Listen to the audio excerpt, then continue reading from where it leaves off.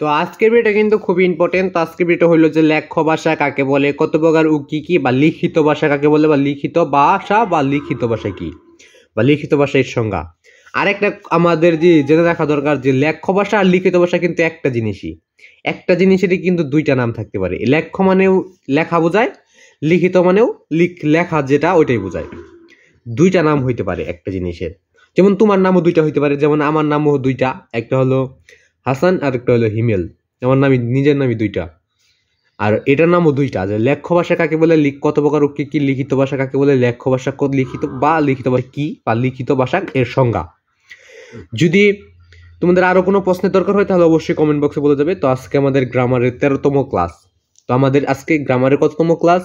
তো আজকে আমাদের গ্রামারের 13তম ক্লাস। যদি আরো কোনো ক্লাসের প্রশ্নের দরকার হয় তাহলে অবশ্যই কমেন্ট বক্সটা খোলা থাকবে, ওখানে কমেন্ট করে গেলে আমি অবশ্যই উত্তরটা দিয়ে দেওয়ার চেষ্টা করব।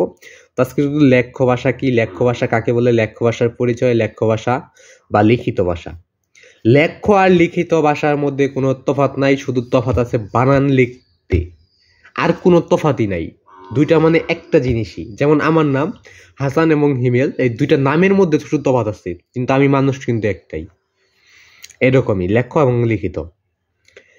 এবং যদি আরো কোনো প্রশ্নের দরকার হয় তাহলে অবশ্যই কমেন্ট বক্সে বলে দিবে। তো তোমাদের আমি 3 থেকে 250 থেকে 300 মতো তোমাদের গ্রামার দিব। এই প্রতিটা গ্রামার যদি তুমি যদি শিখে নিতে পারো তাহলে তোমাদের প্রতিটা গ্রামারেরই সমস্যা সলভ হয়ে যাবে।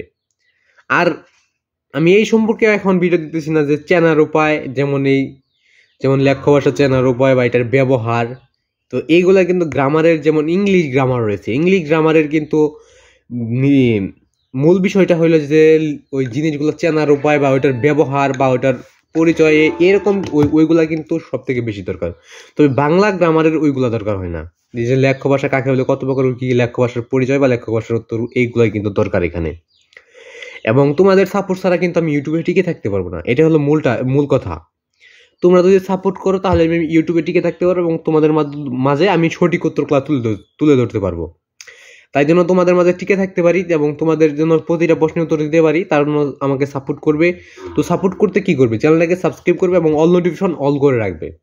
এইটুকুই তোমাদের কাছে চাওয়া। আমি এত ভিডিও করতেছি, এইটুকু তো তোমাদের কাছে পাইতেই পারি। এবং উত্তরটা দেখার আগে তোমাদের সকলের প্রতি আমার সালাম, আসসালামু আলাইকুম। তবে সবাই সালামের জবাবটা অবশ্যই কমেন্ট বক্সে দিয়ে যাবে। তো কোনো প্রশ্নের যদি সমস্যা থেকে থাকে তো অবশ্যই কমেন্ট বক্সটা খোলা থাকবে, এবং তোমাদের জন্য কোনো প্রশ্নের সমস্যা হয় যদি ওটা বলে যেতে পারো, তার জন্য আমি কমেন্ট বক্সটা সবসময় খোলা রাখি, যেন তোমাদের সমস্যাটা বলে যেতে পারো। তো লেখ্য ভাষা কাকে বলে, লেখ্য ভাষা কি, বা কত প্রকার কি কি, বা লেখ্য ভাষা কাকে বলে, বা লেখ্য ভাষার পরিচয় বা এটার উত্তর বা সংজ্ঞা। তো উত্তরটা দিন চলেছে, উত্তরটা দেখে নাও। উত্তর: ভাষার যে মান্য রূপটি কোনো ভাষা ভাষী গোষ্ঠীর মানুষ সর্বসম্মতভাবে লেখার জন্য ব্যবহার করে তাকে লেখ্য বা লিখিত ভাষা বলে। আমি আবারই বলে দিচ্ছি যে লেখ্য আর লিখিত ভাষার মধ্যে শুধু বানানের তফাৎ আছে, আর কোনো জায়গায় তফাৎ নাই। একটা জিনিসই, একটা ব্যক্তি বোঝায় বা একটা জিনিস, ওইটাই। তো ভাষার যে মান্য রূপটি কোনো ভাষা ভাষী গোষ্ঠীর মানুষ সর্বসম্মতভাবে লেখার জন্য ব্যবহার করে তাকে লেখ্য বা লিখিত ভাষা বলে। তো এটাই ছিল লেখ্য বা লিখিত ভাষা কাকে বলে, বা লেখ্য ভাষা কি, বা লিখিত ভাষা কি। এবং যদি তোমাদের লেখ্য ভাষা কত প্রকার কি কি লাগে তো অবশ্যই কমেন্ট বক্সে বলে যাবে। তো এটা আমি আজকে দেখাইলাম না, কারণ এই সম্পর্কে কেউ জানতে চাও নাই যে লেখ্য ভাষা কত প্রকার ও কি কি। তো লেখ্য ভাষা কত প্রকার ও কি কি যদি জানতে চাও তাহলে অবশ্যই কমেন্ট বক্সে বলে যাবে। তো তোমাদের সাপোর্ট ছাড়া কিন্তু আমি ইউটিউবে টিকে থাকতে পারবো না। তোমরা সাপোর্ট করলে আমি ইউটিউবে টিকে থাকতে পারবো, তোমাদের জন্য নতুন নতুন ভিডিও করতে পারবো এবং সঠিক উত্তরগুলো দিতে পারবো, এবং তোমরা ইউটিউবে উত্তরগুলো পেয়ে যাবে, তোমাদের গাইড কেনার দরকার হবে না। তো আশা করি ক্লিয়ার। তো আমাকে সাপোর্ট করতে শুধুমাত্র চ্যানেলটাকে সাবস্ক্রাইব করবে এবং অল নোটিফিকেশন অন করে রাখবে। তো আজকে আমি এখানে বিদায় নিচ্ছি। তো সকলে ভালো থাকবে, সুস্থ থাকবে, কামনা রেখে আজকে এখানে বিদায় নিচ্ছি। খোদা হাফেজ।